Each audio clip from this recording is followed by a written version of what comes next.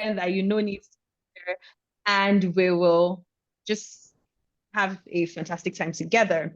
I'd like to introduce our panelists, and as I introduce them, please make them feel welcome. They're going to be sharing so much with us today, and we're going to be taking a lot. So let them know that we appreciate them and we look forward to learning a lot from them.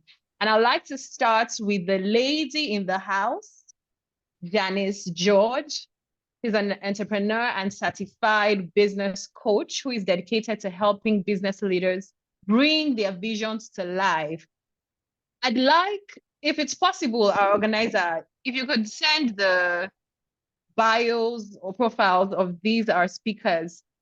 I feel like they're entire books and they can teach us quite a number of things on their own. But if we spend time reading the entire profile, we're just going to spend the entire day here. Yeah, so I'll just like to welcome, please put your hands together as we welcome the author of the 10 Commandments of Crisis Management, Janice George. Hi, Janice. Please say hello to the audience. Hello, Chris. Thank you. Hello, everybody. Hi. Such a lovely smile, global smile. Please put your hands together for Janice. It's so good to have you on this conversation today. Our next panelist is Mr. Kolawole Kehinde, who is highly skilled in business needs assessment, strategic planning. He has over 9 years of experience in business development, sales, and marketing. I mean, these people are here to speak to us from their wealth of experiences. Please let's put our hands together as we make welcome Mr. Kolawole Kehinde. Mr. Kolawole, are you here? Thank you. You're muted. Okay. I think I can speak now. It's a pleasure to be here, and thank you for the warm introduction.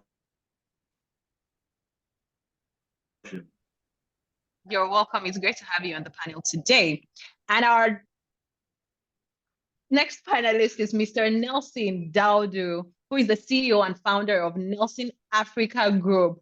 I may be a bit biased here because he was born in Kaduna, Nigeria, same place as I was born. And he has his BSc in nursing and MSc in public health. And he's doing fantastic work all over Africa, in Turkey, Canada, UK, all the global places. And he's going to tell us more about that. Thanks for joining us, Mr. Nelson Daudu. Good evening. Mr. Nelson. Hello, good evening. It's great to have you on the panel today. It's great to have you here too. Thank you very much. All right, so we'll dive right into it. Our conversation today is around international opportunities for startup expansion, global perspectives. And I'll just like us to clarify first what startups are. Many times when I started hearing startups, I thought all startups were technology enabled. And maybe there are people here that have the same ideas. But I'd like one of our panelists, Mr. Daudu, to please help us clarify what kinds of businesses fall under the category of startups. What are startups? Does my business have to be technology enabled to be categorized as a startup? Over to you, Mr. Daudu. Okay. Startups are actually fostering your ideas out into the world. It's like you could sit down and say, this is actually my idea. For you to begin that, as the name implies, startup, is exactly what the startup really means. It could be technological, it could be innovation, it could just be innovation, it could just be a skill, it could be service, it could be anything. As long as you just started it up immediately, like the name implies, that's what a startup means for a layman. So without complication, that's just what a startup really means. Okay, thank you very much, Mr. Daudu. Mr. Kolawole, I'd like to hear your thoughts as well. What are startups? Okay, thank you very much, and good evening, everyone. You know, when you talk about startups, you talk about businesses that want to scale so fast. And most of the time, they're businesses that 1 or 2, 3 entrepreneurs come together to sell an idea, which is very risky, but very tempting. And of course, recently for a while now, over the last 4, 5, or 6 years, of course, we've had funds coming to tech ecosystems and all of that. So people are always aware about the CUDA, the Flutterwave, and the likes, and which is what almost every young person wants to be, acquainted with. But we've seen startups in education, in travel and travel and tours and all of those things too. And we've seen that's even happening even in Nigeria among the youths too. So we have so you see that one, they could leverage on technology because technology helps them to scale. No, and it's not to be confused with a small business.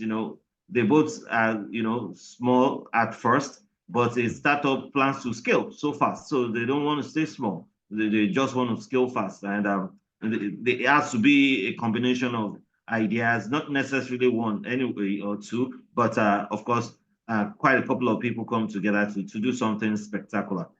Thank you. That is fantastic. Thank you very much, Mr. Kolawole. So I like that you also helped us to differentiate a startup from a small business. So what I hear you say is startups have the intention from the get-go to scale.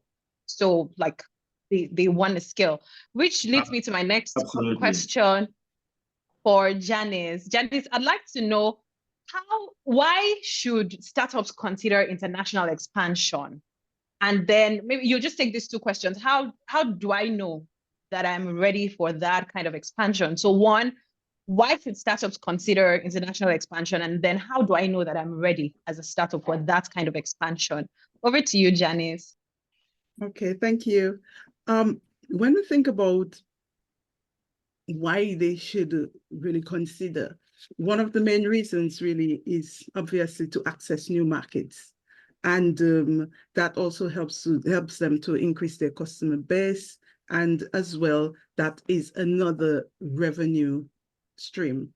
So that's one of the main things. And also because of the nature of startups, it's about rapid expansion. So going international will be the best thing because that will allow them to grow faster. Now, when I think about readiness, you have to look at it both ways. You look at internal and external, because when it comes to going on a global scale, you have to be ready as a business.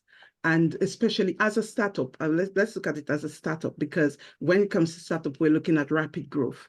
And obviously they will have a completely different business model and a business strategy that's completely different from another small business. Now, they would have to think about, are we ready internally? Ask yourselves whether the leadership has the right mindset to go global. And that's one of the things. You have to shift from an employee mindset to an entrepreneurial mindset. Then you also have to think, do we have the right structure? And when we talk about structure, we're also thinking about organizational structure, because you need the right team that can really go out there and do what they need to do. And you need access to a global pool, global talent pool. And also thinking about your operational structure. Do we have what it takes to manage that level of expansion? Because the thing about rapid growth, it's a nice thing, but rapid growth, if it's not managed properly, it can kill the business. And I'm talking from my own experience, right? And so those are the things you have to think about when you talk about readiness and the internal part of it. And also thinking about having sufficient funds. Yes, they're getting funding. Most of them, they go to venture capitalists to get that kind of funding that they need to be able to start up. But you have to think about, do we have sufficient resources to carry that level of expansion? And when you look at external, you think about, market validation. You ask yourself, do we even have the strategic partnerships out there, the people who will help us to enter the market better? So those are the things that we'll be thinking about with readiness. Wow, that's quite a lot. I'm already having so many takeaways from what you've just shared. And for the members of audience, please, if you have any questions, feel free to put it in the chat. We'll have a question and answer segment, and you can have those burning questions answered by our panelists. I'd like Mr. Janice has talked about a lot. I mean, she's talked about structure, she's talked about internal and external readiness, leadership, and many other things. I'm here sitting and I'm thinking, oh, this is a lot. What's the next step I can take? For example, if I'm thinking about my small self with my amazing ideas with a group of people and we want to expand, like what are the first few things we should be thinking about? And I'd like Mr. Daudu to answer that question. Yeah, firstly, what's the idea? Number one is like you have to know what's the idea, where you're expanding into, what's the market. You understand what I'm saying? If the expansion is starting from, where's the expansion starting from? Is it starting from Nigeria to the world or from America to the world? You know, so global expansion can be from America to the world or from Nigeria to the world. So firstly, you have to actually understand what is in demand and you have to actually understand what is in supply in both places. Meanwhile, you have to understand what you're leveraging your talents on. What are you coming out for? There are big businesses outside. How are you going to scale your business? What's going to be your unique selling points? How do you want to leverage opportunities outside? Do you just want to jump on every opportunity or you actually want to move intentional? You understand what I'm saying? Now, most times, the problem we have is most people want to take advantage of opportunities outside the country without even knowing what are actually the opportunities outside. Firstly, you have to understand if you're coming from Nigeria. So I'm going to start with Nigeria to be precise to the world, and you will actually want to expand. Being a Nigerian, you have a global opportunity because, can you hear me? Yeah, you have a global opportunity because your country has a bilateral agreement with different countries globally. And what are the bilateral agreements? Do you know about the MOU signed with Nigeria and other countries? Are you aware? What are the things you want to use to influence the world? Are you trying to sell African products to the world? For an example, let's go into agricultural businesses. Let's imagine that someone is coming from Nigeria and he wants to sell sesame seed to other countries of the world. Which country buys sesame? You should actually do your research perfectly well. If you want to you want to export from Nigeria to the world, using sesame as an example, how much sesame can you sell to the world? Which country buys sesame? Do you want to use technology to leverage on your business? These are the questions you ask yourself as a startup before going global. If you jump out without having your plans right, you might jump back in because you are not going to get anything. You're going to see thousands of opportunities that is going to distract you from your original plan. So research is very, very important from the beginning. Moving intentional is actually very important as well. And understanding what is in demand and what you're trying to supply in each country you're going to. So these are things to consider before thinking of expansion, basically. So in that case, you would have understood what you're doing perfectly well before stepping out or thinking of expansion so that you don't lose yourself in trying to expand. You understand what I'm saying clearly? Are you here? Yeah, absolutely. Yeah. We're following you. Thank you so much. Yeah.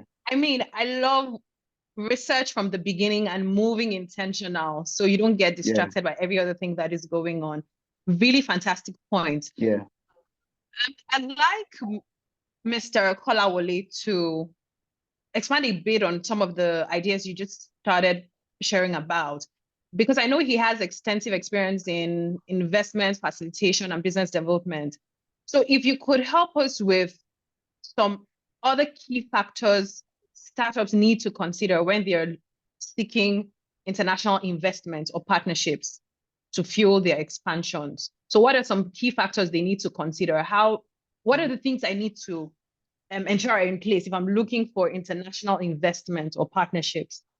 Okay, Mr. Kolawole. okay, you've asked quite a couple of questions, but I'll try and break them down one after the other. I think the first thing which my co-panelist mentioned about was the issue of having a structure of entry. And, you know, for businesses, you want to look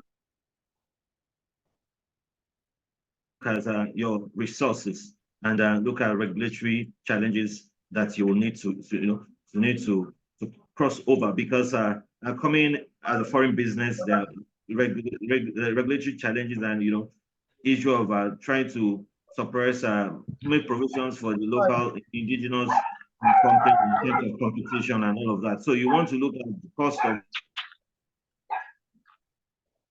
of entry, and you know, are we leveraging a third party that has a presence there already, and so that we're not going to build having a green, just a green business just coming in like that. Or you now look at in terms of competence, you look at technology, then you look at the supply chain. You could see quite a couple of things happening in Mali, and France. Now, you know, this government challenges, political situation. So you know how you enter into that market. Another thing you want to also look at as a startup is to see competition. You want to make some analysis of competition, and that's quite a couple of things. You can see what happened in Airpeace and the KLM and all the airlines. You've seen there's been a massive price war, and I always say no business wins only on prices, because that's the first thing that businesses are, your competitors are ready to attack with. Then you want to look at your market, your wallet. You need to look at how are you going to secure funding, and that means how are you going to scale from a 1,000 to a million customer, a 5 million customer in record time. So you need to have international fundraising and platforms, and to make series of fundings and rounds of fundings, and have to have a kind of a robust revenue generating opportunities that you can actually explore. Whether you're providing a product or a service, that's also another challenge too. So you also want to be sure that you have adequate manpower to deal with that, because just like Janice mentioned, one of the biggest ways for business to fail is to do rapid expansion, and that shows you that the failure rate of startups is so high, and you want to see which investors really have that risk appetite to really ensure that you scale and you succeed, because you're going to face a lot of difficulty in terms of local competition and government continued regulations. So I think those are really critical, and that's what you should look at first before you push up forwards. Thanks. Wow, thank you. Thank you so much, Mr. Kolawole. Very insightful points you've shared. Okay. So let's move to Janice, and I'd like you to share with us, from your experience, what are some of the emerging trends that you see shaping the future of startup expansion on global scale, and how can entrepreneurs prepare for these opportunities? If you could give us specific examples, it would be really great for members of audience to take away. So what are some of the emerging trends, and how can we prepare for these opportunities? Okay, when we look at startups and what's going on now, and just thinking about the trends that they're taking, most of them, first of all, we find a lot of them are tech-enabled. So you'll find that a lot of them are into this whole digital transformation thing. When you think of, they want to transform things. If you think of, for example, well, in the UK here, we have some of the banks like Starling Bank, Revolut Bank. These are banks. Right now, Starling is like the trailblazer. They've changed the way, the whole banking system in the UK now. And you'll find that you'll see a lot of that digital transformation. Sorry. So, and you'll find the use of AI a lot now. So those are some of the things that you find that's happening. So obviously, I won't go into AI because I know the last session was on AI. I won't go much into that. But those are some of the things that we're seeing now with startups. You're also seeing that, well, with the whole trends, if we look at with startups now, you must have remote working because startups are looking to go global. If you're looking to go global, then you must be thinking it is a must to have remote working. Why? Because you need a talent, you need a global talent pool. You need people from different countries. Why? Because you're going into different cultures. You need the right people to be able to help you to understand the culture that you're going into, also to understand the market. You basically need people on the ground. So you'll find now with startups that one of the trends you'll find is that they are moving more into remote working. And yes, COVID has already accelerated that for us. But that is one of the things that you find with startups. Another trend, well, that has been going on for a long time, and I don't know at what point it will plateau, is e-commerce. We see that many are going into e-commerce. And well, the thing is, e-commerce really has changed the whole retail landscape. And when you think of, if you are a startup and you're thinking of, really expanding and you're in e-commerce, then you really have to think about how you're going to invest in building a robust online platform, something that will optimize customer experiences. You will find other trends that, well, we hear about corporate and social responsibility and sustainability. We're hearing a lot of that globally. And those are things that if you are as a startup, you'd be thinking of, how am I going to incorporate social responsibility into my strategy? And then thinking about, okay, yes, if I'm going to do that, because people right now, consumers globally are demanding sustainable and socially responsible products and services. And when they are asking for these things, are we able to give it? Are we able to deliver? No, that means you need to know more about what's going on with your supply chain. You also need to be thinking, okay, if I'm going to incorporate this into my strategy, that means I need to be able to communicate it to my audience, and not just my supply chain, but also my audience, my market, right? How am I going to communicate that well? And then you would be also thinking, yes, I'm going to communicate effectively, but I need to be practicing what I'm preaching, because there are those non-government, those NGOs that are just out there looking for you to make the slightest mistake so that they can ride on that. So if you're going globally, you need to be thinking about those trends that are happening. Also, with all the changes going around with, for example, we've had COVID-19, we've had, we have the talks on global warming. You find now the trends that a lot of businesses are talking about. What they're talking about is resilience. And you find even countries are talking about it. And as a business now, it's about how am I going to cultivate a culture that is adaptable, that is embracing change, that is resilient. So those are some of the things that you'll be thinking about, because those are the things that we're hearing about with startups, and not just startups, even well-established organizations. And those are some of the things to be thinking about as well. Oh, thank you. Thank you. Thank you so much. I mean, everyone, you need to listen to this recording again, because I feel like this is like intense masterclass in a few minutes. And our panelists are trying to pack as much as they can share with us. And I really, truly appreciate this. I'd like us to go very practical. And I'd like Mr. Daudu, tell us about your company, Neltech Fights Global. I know you operate in multiple countries. Talk to us about it. What are some of the challenges that you have encountered in expanding your business? what have you found most effective in navigating?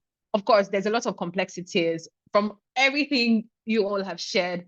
I'm hearing there's work to this. It's not a piece of cake. Yeah. So share with us, tell us about your company, and then what are some of the challenges you faced? How have you navigated these complexities, Mr. Daudu?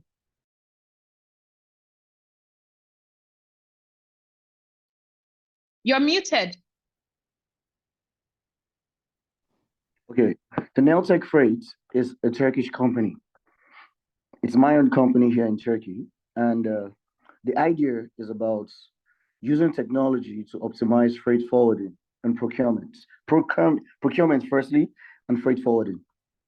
On the supply chain market, people have actually been doing the supply chain business in a very traditional way. So we decided through research that we should actually have a way whereby we could actually procure goods for people all over the world, especially Turkish goods, and send to every part of the world. So, firstly, it's easy. It's not really a difficult thing.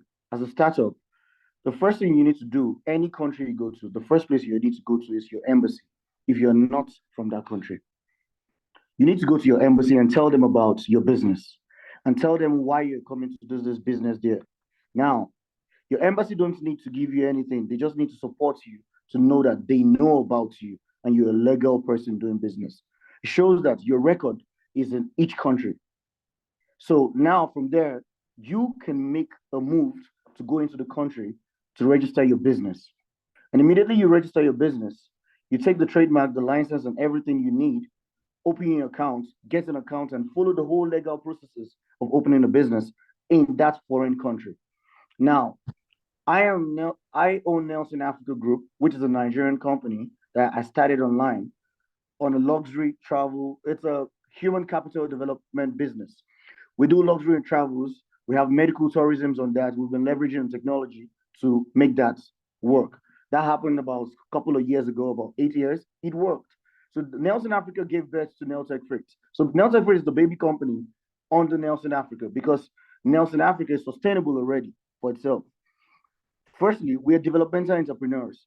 We took advantage of the sustainable SDG goals to actually build quality things together for the people all over Africa and how we could jet it out to the world. Nelson Africa is a plane taking off to the world and actually helping people develop their minds, human capital, and all that. So Nelson Africa took off from Nigeria and touched down Australia, Canada, America, Turkey, and every part of the world. Now, we decided that we have built this and is working, is on autopilot right now. We want to actually impact on the country that gave us the opportunity to build Nelson Africa. So Turkey is actually my base where we stayed for about 10 years. So now I have done everything for Nelson Africa, for the Nigerian market and the economy over there back home. Now it's time for me to give back to the country that give the knowledge, opportunity, and technology to me. So we decided, let's build Nailtech Freight. Let's sell Turkey to the world. I speak Turkish. I lived in Turkey for 10 years. I'm almost a citizen of Turkey. Now I'm incorporating, going to the government and Ministry of Trade of Turkey, telling them that we could actually help the economy of Turkey, just like we did. And our remittances in Nigeria is showing it. We need some of your people to work with us. This is exactly how we're going to sell Turkish products all over the world. And they came around, they said, okay, we're going to give you the support you need. You're going to employ people from our country. Yeah, you have to employ people from there. Sometimes, most of the problem you face is language. But luckily for me, I know how to speak Turkish better, even better than English right now. I'm sorry. You understand what I'm saying?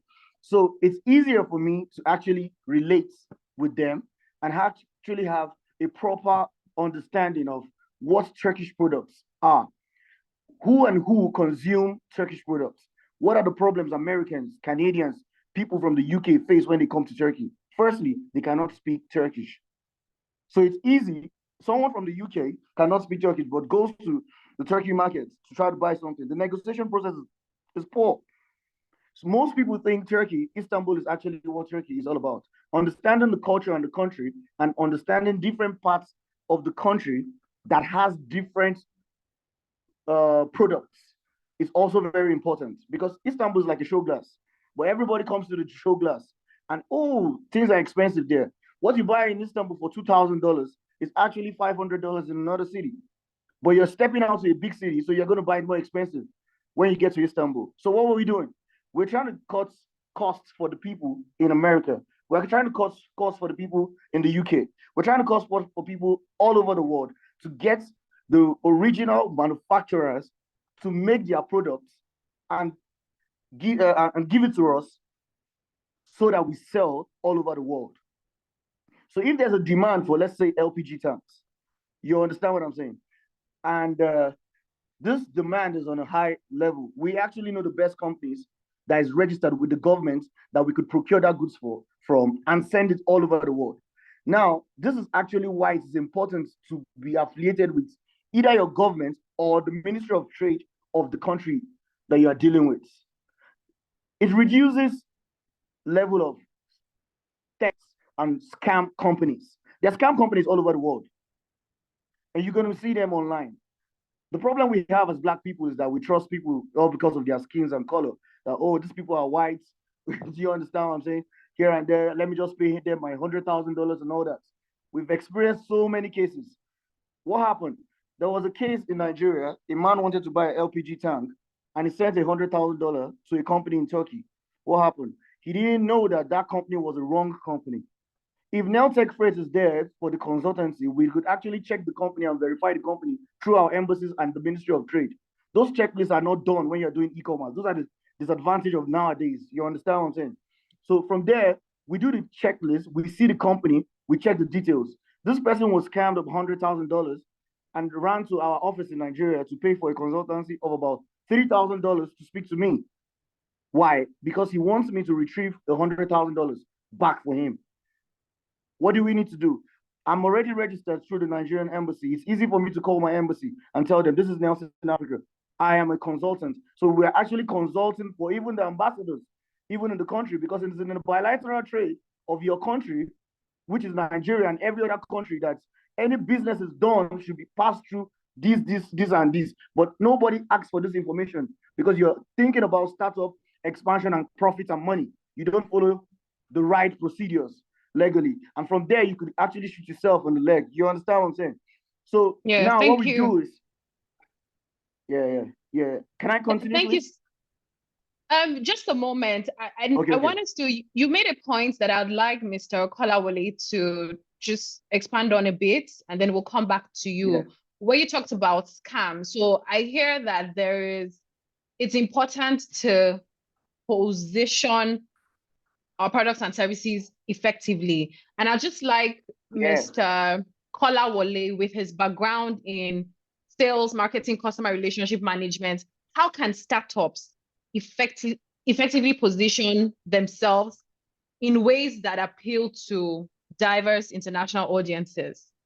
And then, Mr. Kolawole, I'd also add, I think you were the one that spoke about the kinds of mindset startups need to have. You talked about building teams, yeah? How can startups build teams that can help them navigate the opportunities of global expansion? So those are like two heavy questions that I'd like you to touch on, and we'll start getting ready for the Q&A segment. Over to you, Mr. Kolawole. I think the issue of scam, I think issue of settlements, in international trade, settlement is critical. So, and of course, as well in the bank, there are platforms on which you could use for settlements and all of that, and which is part of the trend that you see going on now, the crypto market and all of that, is all about idea and data management and all of that. So that you can actually get things sorted out. So in setting up teams, of course, it's an international business. You definitely have a counterpart over there. Probably in terms of business structure, then, are you going partnership, or are you, what core competencies are you bringing on board, and what competencies do you need to form those teams and all of that? So in terms of regulation, you need excellent international lawyers and to help you look at the fine prints of government regulations. I think my other co-panelists mentioned the issue of bilateral agreements and all of that. It's important that you know that, because that will be what would drive your growth and your constitution of your team, so to speak. Whether you are in an international business or you are a local business, the issue of team formation is almost the same. The bottom line is there must be a vision that everybody is hooked up to, and all of that. There must be a commitment of everyone involved. You know, in a team, sometimes when you have the weak link, it's important that you look for opportunities to make up for that. That's why you can outsource some of your challenges and focus on your core processes and all of that. So you need to weigh where you are really, you have that competitive advantage. And because it's a startup, a lot of couple of entrepreneurs have come together. So that means that the issue of understanding of how you want the business to run on its own. So I think same constitution has to do with understanding and your vision and aligning your team towards a unique goal which you should pursue. I think that's what it is. But you would also mention the issue of about trends in the startup system. You know, there's a whole lot about the creative economy now. You see Nigerians in terms of edutainment, edu travel. I was asking my son that if you're planning to go for an international business, what would you do? And he said the first thing is to find a job, work hard, and do step 1 and step 2 together. I said, where did you get that? He said, I Googled it from Mr. Beast. What does that tell you? That means there is an educational potential which has become very important and very exuberant among countries that they're expanding that thing. And you see issue of edu support loans, and you see startups like Apply Board, and they've been able to automate traveling, because a lot of Africans are living the shores of the country because of, so there are many companies, startups that are creating support for them in terms of loan, housing, and even helping them drive change. But the main trend is on sustainable development, and of course, the 17 SDGs. There are also opportunities to leverage on each area of those SDGs. I think those are what I just felt I should also share to the audience. Thank you.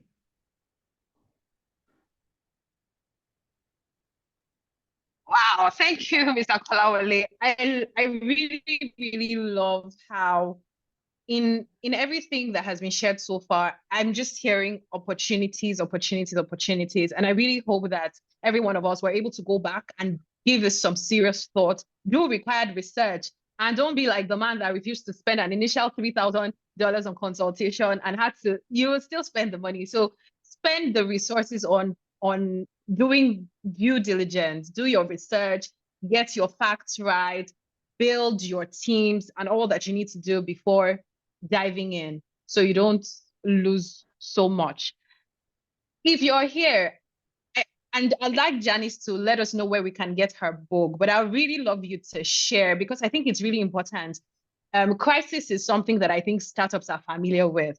And your book, The 10 Commandments of Crisis Management, definitely deals with all of that. So I'd like you to quickly just share some valuable insights into how we can navigate challenges with resilience. So kind of give us a sneak peek into the book, and also let us know where we can get it from, because I'm sure you can't share everything here. We already have a few questions in the chat. Mr. Kolawole, the first question is for you. It has your name written all over it. It has to do with intellectual property and trademarks. So just take a look at it while Janice is responding to this final question. Over to you, Janice. Okay, thank you. Yes, with regards to the book, it is on Amazon. Everywhere it can be, you can access it on Amazon. And I tried to make it as simple as possible so that individuals can just understand. And I made it simple so that any reader will be able to grab hold of something. But when you think of startups, and obviously because we know startups are always looking for that rapid expansion, there are certain things that you have to be thinking about when you talk about crisis. The first thing, you want to be always doing as a startup is you have to anticipate and prepare. And it might sound like, yeah, this is everyday thing, but you have to be. And it calls for, those risk assessments, those scenario planning, those contingency planning, having those, what we call the what ifs meeting, where you sit with your leadership team and you just start asking, what if this happens? What do we do? That helps you to know where you really are, if you're really prepared for anything that can come your way. And I mean, we can never be 100% prepared, but asking those questions get you to think, because when you sit, especially if you have your board, when you sit and you ask those questions, it makes you realize that, oh, we're not as prepared as we thought we were, or maybe, in that area we're much better, but we need to work on this other side of things. So when you're thinking of that whole, as a startup, you want to be thinking and ensuring that you're prepared.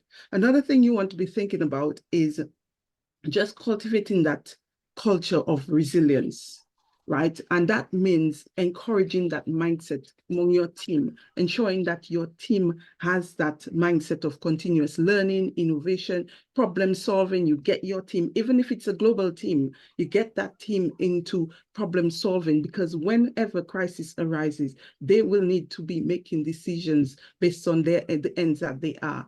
And you want to ensure that they are well equipped. Also, establishing clear communication channels. We want to know that everybody can understand what they need to do should a crisis occur. And the thing is, when you're going into other countries, you also have different languages, as my co-panelists has mentioned. You have different languages, you have different cultures, right? You have just different people looking at life, looking at business, looking at everything differently. So you have to have those clear communication channels, and people understand, and you have to be sure that they understand what they need to be doing should a crisis arise. Also, you want to be building those strong relationships. Why? Because when you are located in another country, you will need help from people in that country.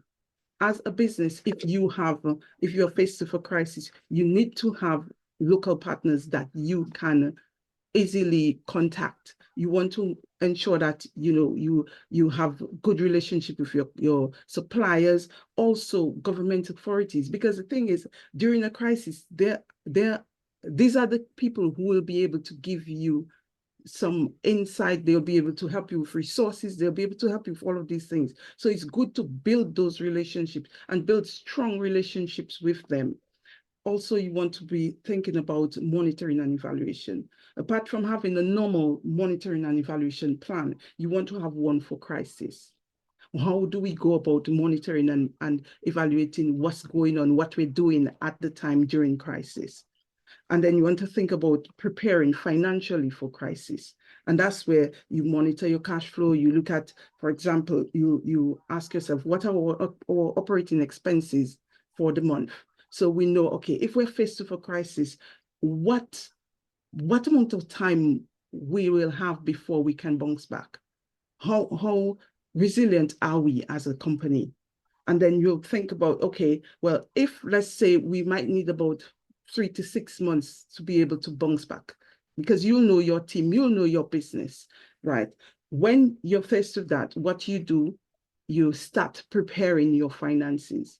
So you know, okay, my operational expenses are, let's say, £20,000 per month. So you want, if you know that within 3 months we should be back up and running, you want to ensure that you have, let's say, that 3 months of operational expenses just there to be able to handle any kind of crisis, because you still have to pay all your bills, pay all your expenses. So thinking about these things, and also just approaching crisis differently, where you think of it as, are there opportunities there?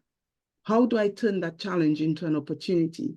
And I'll use COVID-19 as a perfect example. We have some businesses that died because the approach was completely different from some of those who just went on board and just thought, okay, you know what, how can we take this and make an opportunity of it? We see so many businesses that actually were born. We call them the COVIDpreneurs, right? Just because of that, because they saw an opportunity, right? So it's about you as the business owner, as the entrepreneur, and your team always looking at how do we face challenges? How can we quickly turn them into opportunities? So those are some of the things you'd be thinking about when it comes to crisis. Thank you so much, Janice. That was, I mean, if you're not thinking of getting the book already, I'm not sure what you plan to do with your startup, but thank you so much for that response. It was really apt. We will now move to the question and answer segment. And I see we have 3 questions already here. If you don't have a, okay. Yes, please. As Maureen has said in the chat, please share your highlight moments. What was that aha moment that you had where the light bulb just stood out for you? Let us know in the chat. And the first question is about, so how do you handle trademarks and intellectual property as a startup? And I'd like Mr. Kolawole to take that question. Over to you, Mr. Kolawole. Okay, I mentioned earlier on about rules, regulations, and all of that. About when Donald Trump was the president of United States of America, he had a strategy that made him pull out their companies from China and some other companies back to America, and they had a protectionist strategy. So that means if you are coming into this space, you must give them some kind of insight into what you do. And of course, that means that they know a bit about your competitive advantage and they're able to replicate it. So in terms of protecting intellectual property rights and all of that, you need to look at the regulations that are within the public domain already and see how you can explore that. Now, in terms of, you also want to look at how much of disclosure are you ready to make? Look at what is happening in terms, I still come back to the crypto issue that rocked Nigeria and some other countries. You find Binance was not registered globally with any it did not have any jurisdictional rights to operate, but because they operated via the internet, it was so difficult for company, even governments, to hold them to some things, except issues of money laundering and terrorism financing. And it's okay because almost every business wants to protect their core competencies as much as possible, and almost every government wants to make sure that they are ready to protect their own issues. You look at the case of TikTok, you look at the case of where the American government is insisting in knowing what TikTok is actually doing and claiming that they are sharing data with China and all of that. So, data is the new oil. So you want to, almost every government is trying to see how they can make sure they protect that. And as a business, you should also look at how to do that. It's good that you have a competent team of intellectual property rights consultants that can really walk you through that.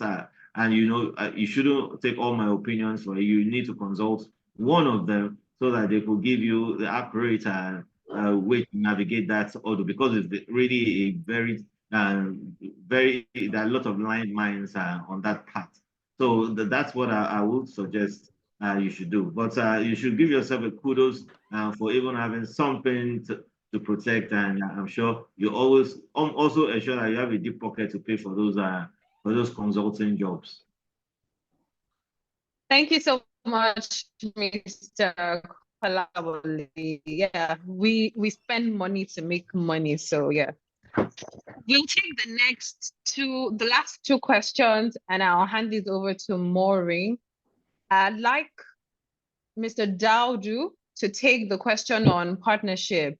So please, should a startup consider a partnership that wants 50% non-dilutive equity stake?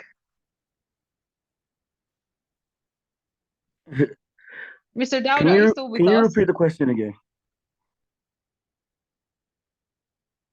Should a startup consider a partnership that wants 50% non-dilutive equity stake? It depends. It actually depends on the startups.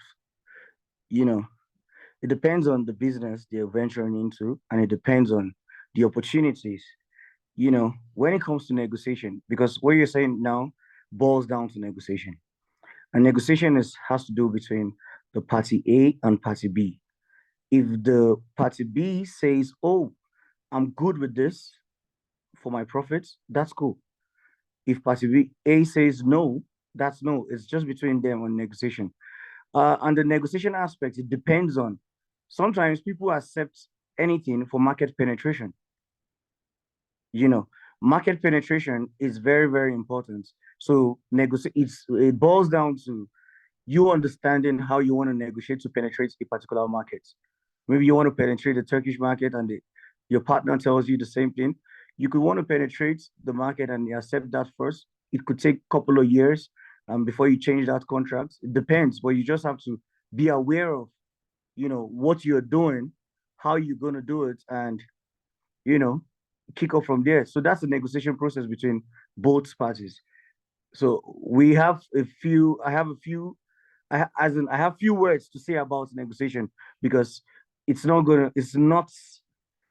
a clear deal to me, depending on how party A and party B understands each other. Yeah. Thank you very much, Mr. Daudu, for that.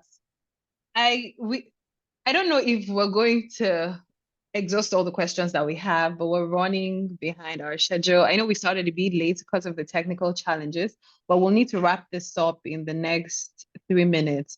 So, Janice, if you would take the question on relationships, how do you build, just in one sentence, how do you build and maintain customer loyalty?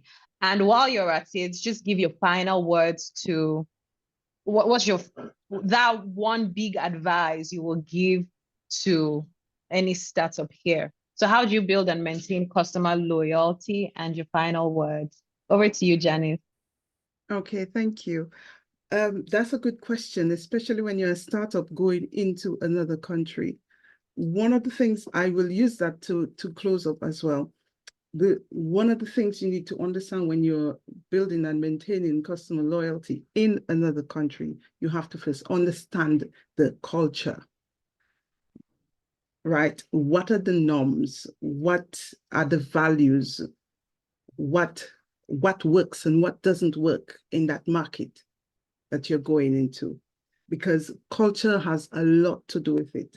And when you understand that culture, you don't just understand it, but learn to appreciate that culture, because these are the people that you're going to be selling to, right? So you learn to appreciate the culture and you become one with the people in that culture.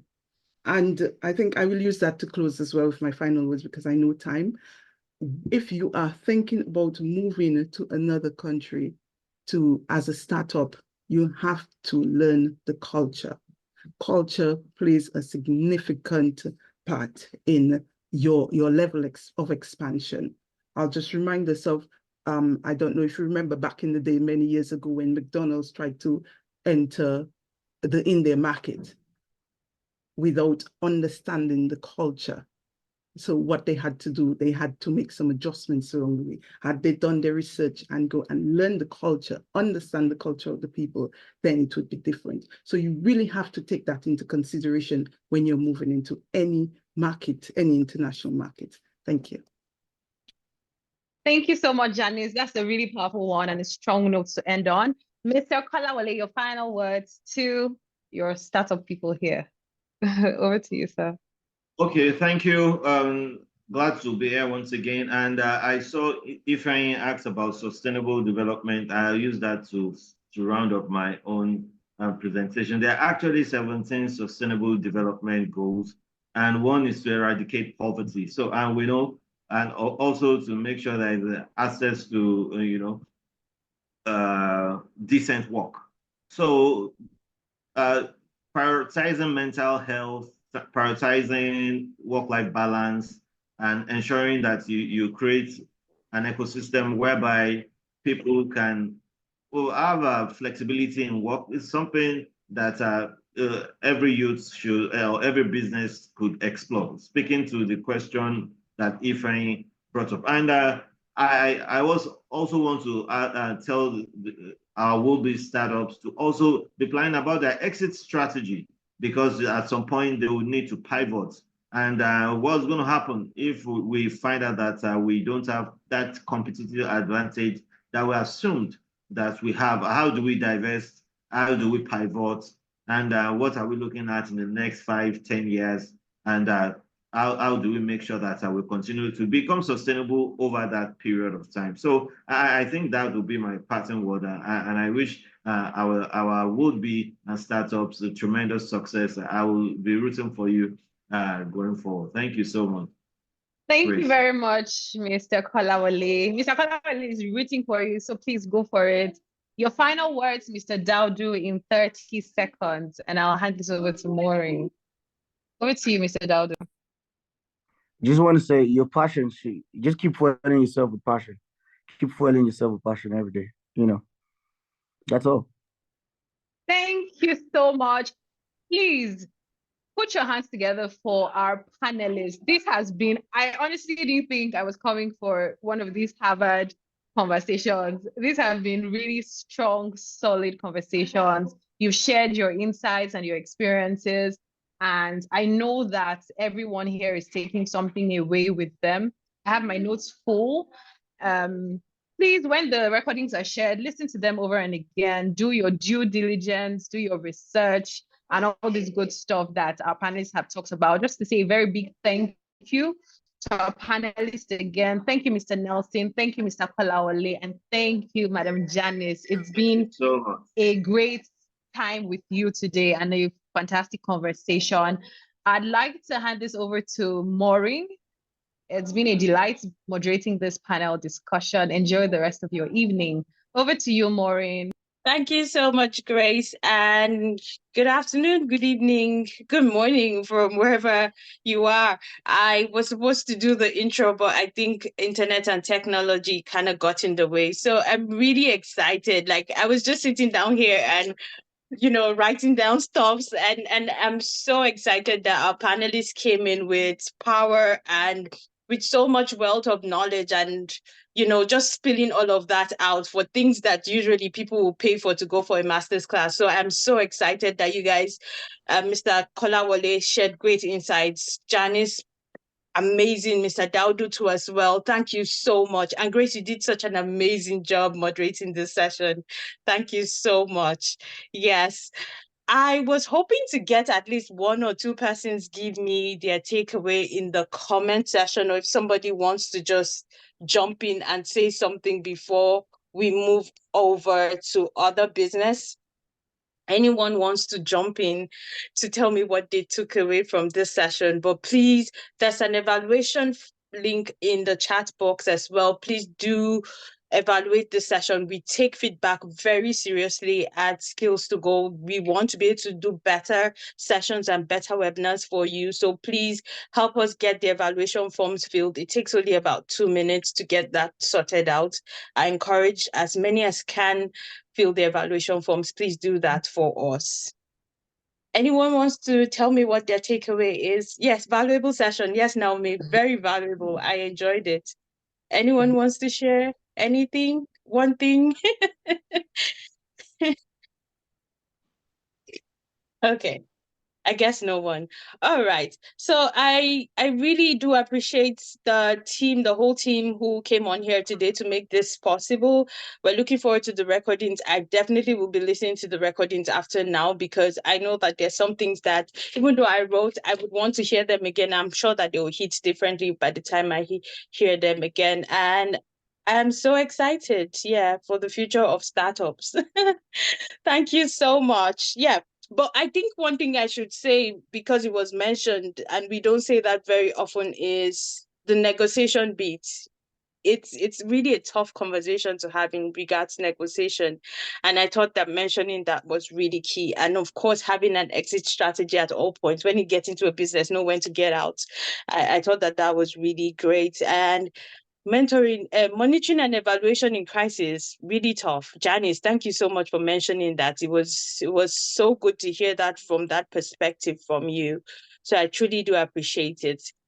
On this note, I will hand back to Abdul. Thank you so much for having me. All right, thank you very much. I see beautiful faces and amazing smiles. Aha, there you have it. Thank you very much for joining in. A lot was shared in this session tonight. A lot of take home. And this is not about listening to all those valuables and dumping them somewhere, not working with it. We want results. Skillstogold has a philosophy. Everybody has gold deposited in them, but it's just raw gold.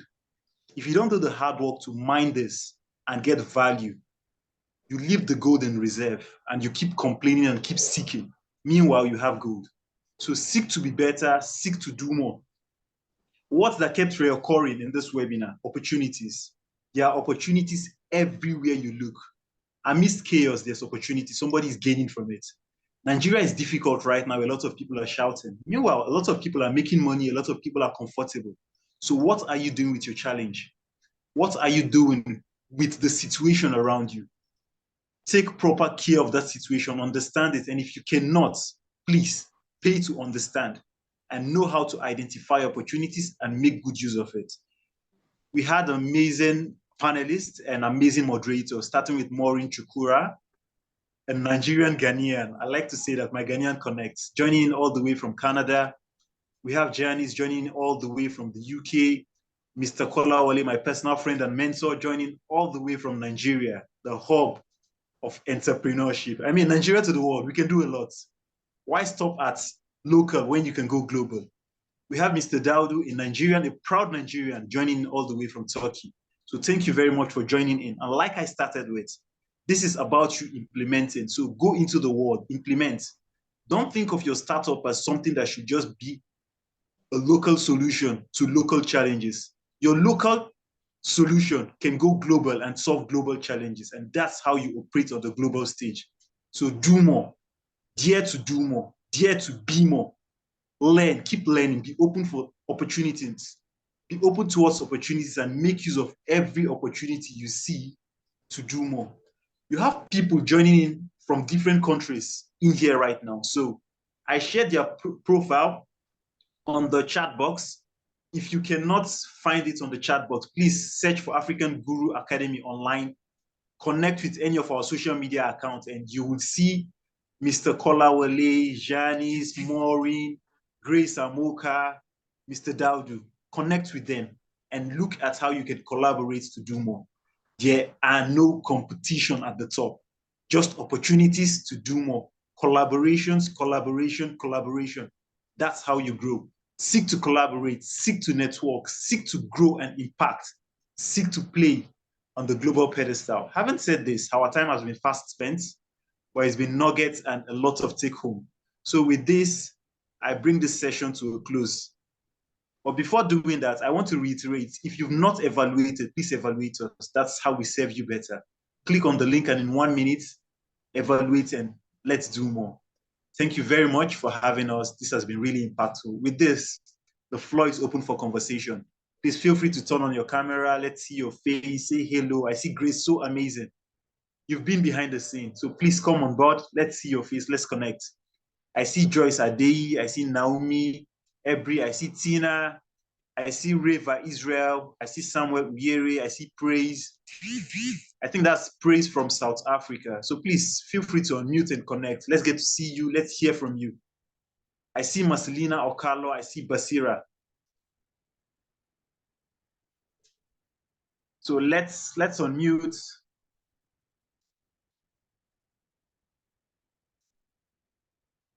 I'm awaiting that unmuting. Let's hear voices. I truly enjoyed the session. I'm actually supporting Janice. She's actually my business coach, and I am located in the United States. Thank you for joining in. What's your one take home from this session tonight? So my one takeaway from this session is collaboration and being able to to learn so much from the individuals that were on the panel, and also listening to the answers to the questions that were provided. And my takeaway was just one simple word: collaboration. Collaborations. There are no competition at the top, just opportunities to collaborate and grow and do more. Thank you very much, Reva Israel. Please, let's connect on LinkedIn. Connect with African Guru Academy. Let's do more. Sure. All right. So, Grace, so amazing. Can we hear you? Can we hear from you? Can we hear your voice? Can we see your face? Sorry, it's really noisy where I am. So, and I can't put on my video. Please permit me. Yes. Oh, please go ahead. I joined very late, but so far, what I took away from what I took away was more about connecting. I mean, for me, one part that Mr. Daudu he mentioned, you know, if you're thinking, if you want to go to another country, you should, you know, you should go to the embassy. You know, that for me, you know, I said, okay, I took that part, and for me, that's what I'm running away with, because one would normally not think of it. Instead of going to your embassy to connect with them, you'll be thinking of, you know, isolating yourself to do whatever it is you want to do on your own. But I picked that part, and yeah, for me that was what I am taking away, because I'm actually thinking really global. Thank you. Right. Thank you very much, Grace. So amazing. So Ifeanyi Ndubisi, would you like to unmute and say something? We'll take one or two more. I will call it to close. Ifeanyi Ndubisi. Okay. Thank you very much for the opportunity. This is my first time of joining this program, and I will say it was very insightful. Sorry, I'm on duty here. So my one takeaway is was when Mr. Daudu spoke about he spoke about collaboration and also understanding diverse culture. When you get to a place, you have to understand what the people need, understand their needs, and what you can, you know, take to them. So I've seen that played in my life. I've been in a place where I was able to understand the language, just like he said, he understands Turkish. And that gave me an edge. So I think it's an opportunity for me to take it international, take it outside, take it global, go and understand culture, understand people, understand language, and, you know, understand their needs. That will help me to bring solution or help them solve a particular problem. And just by doing that, I believe I will thrive. I'll go global. So, and then the first phrase I caught was, you can't, why stay local when you can go global? That phrase alone is something, is my take home. Right. Thank you very much, Mr. Ifeanyi. That's beautiful. Thank you very much. Please connect with African Guru Academy on all our social media handle at African Guru Academy. Thank you, sir. So we'll take one more. Who wants to go last before we close? All right. Thank you. Who wants to go last so we close? The final speaker. Good day, everyone. Okay. Okay, hello, Naomi, go ahead. All right. It's been a very, very wonderful session. I'm really, really happy and excited that I got to be part of all of these. So my take home, in fact, everything has been a take home for me right from the beginning. You know, I got to understand better difference between a small business. So startup want to scale at a faster rate than just a small business. And for me, the idea of going global has been very exciting. And having to listen to all of this thinking expansion, the part that caught me was about leveraging opportunities, that there are a lot of opportunities out there. But that if you have to think expansion, you have to think of what your idea is, the market, and where you want to start expanding your market from, and being intentional enough to have a particular clear goal and offer. So that's been my take home so far. And yes, that cash phrase. Why stay local when you can go global? So thank you very much. That's it. All right. So thank you very much. Thank you. You guys have been amazing. The recording will be uploaded on our YouTube page. Check YouTube at African Guru Academy. And feel free to like, comment, share, and subscribe. So we'll be seeing you next month with our next webinar. Stay tuned and stay in tune with African Guru Academy. It's been an amazing session. Thank you very much to our amazing resource person. Let's keep doing more and let's change the world together. All right, with this, we call the meeting to an adjournment, not a close. We'll be back next month. All right, do have an amazing day, an amazing night rest from wherever you're joining in from. Have a great day and a great night rest. Thank you. Thank you. Bye. Bye, Janice. Bye, everyone. All right.